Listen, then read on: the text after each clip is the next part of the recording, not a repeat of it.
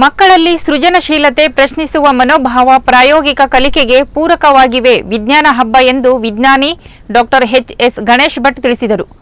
ಬೆಂಗಳೂರು ನಗರದ ಎಂಎಸ್ ರಾಮಯ್ಯ ಕಾಲೇಜಿನಲ್ಲಿ ಆಯೋಜಿಸಿದ ಮಕ್ಕಳ ವಿಜ್ಞಾನ ಹಬ್ಬಕ್ಕೆ ಚಾಲನೆ ನೀಡಿ ಮಾತನಾಡಿದ ಅವರು, ಮಕ್ಕಳಲ್ಲಿ ಮಾನವೀಯ ಮೌಲ್ಯ ಬೆಳೆಸುವ, ಹಿಂಜರಿಕೆಯನ್ನು ಅಳಿಸಿ ಆತ್ಮವಿಶ್ವಾಸ ತುಂಬುವ ಹಾಗೂ ಪ್ರಶ್ನೆಗೆ ಉತ್ತರ ಕಂಡುಕೊಳ್ಳುವ ನಿಟ್ಟಿನಲ್ಲಿ ನಡೆಯುವ ಹಬ್ಬ ಇದಾಗಿದೆ. ವಿಜ್ಞಾನ ಕ್ಷೇತ್ರದಲ್ಲಿ ಮಕ್ಕಳು ವೈಜ್ಞಾನಿಕವಾಗಿ ಕಲಿಯುವ ಕ್ರಮವನ್ನು ಅನ್ವೇಷಿಸುವ ಪ್ರಕ್ರಿಯೆಯಾಗಿದೆ ಎಂದು ತಿಳಿಸಿದರು. ಸರ್ಕಾರಿ ಶಾಲೆಯವರು, ಕೇಂದ್ರೀಯ ವಿದ್ಯಾಲಯದವರು ಮತ್ತು ಇತರೆ ಖಾಸಗಿ ಶಾಲೆ ಸಂಸ್ಥೆಗಳ ವಿದ್ಯಾರ್ಥಿಗಳೆಲ್ಲ ಇಲ್ಲಿಗೆ 200ಕ್ಕೂ ಹೆಚ್ಚು ಸಂಖ್ಯೆಯಲ್ಲಿ ಇವತ್ತು ಬಂದಿದ್ದಾರೆ.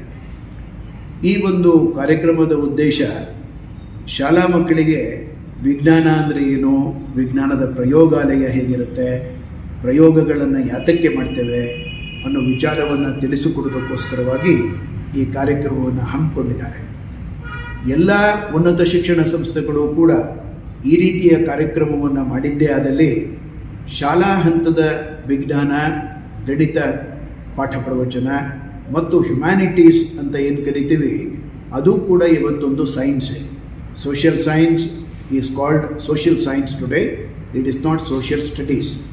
ಅಲ್ಲೂ ಕೂಡ ಹಿಸ್ಟರಿಯನ್ನು ಸೈಂಟಿಫಿಕ್ ಆಗಿ ಕಲಿತುಕೊಳ್ಳುವ ವಿಚಾರ, ಇಂಥದ್ದೆಲ್ಲನೂ ಕಲಿಸ್ಕೊಡೋದಕ್ಕೆ ಇವತ್ತು ಇಲ್ಲಿ MS Ramaiah arts science commerce ಕಾಲೇಜಿನಲ್ಲಿ ಮೈಕ್ರೋಬಯಾಲಜಿ ಮತ್ತು ಬಯೋಕೆಮಿಸ್ಟ್ರಿ ಮತ್ತು ಕೆಮಿಸ್ಟ್ರಿ ಈ ಎಲ್ಲ ಡಿಪಾರ್ಟ್ಮೆಂಟಿನ ಎಲ್ಲ ಸಹೋದ್ಯೋಗಿಗಳು, ಉಪಾಧ್ಯಾಯರು ಸೇರಿ ಮಕ್ಕಳಿಗೆ ಅನೇಕ ವಿಜ್ಞಾನದ ಪ್ರಯೋಗಗಳನ್ನು ಇವತ್ತು ಮಾಡಿ ತೋರಿಸ್ತಾ ಇದ್ದಾರೆ.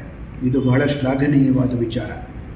To the government schools, because where we feel sometimes they are deprived of the labs what is required there, and probably there are students in such institutions who want to pursue their career in science and they don't have that opportunity to explore and see what's there next for them.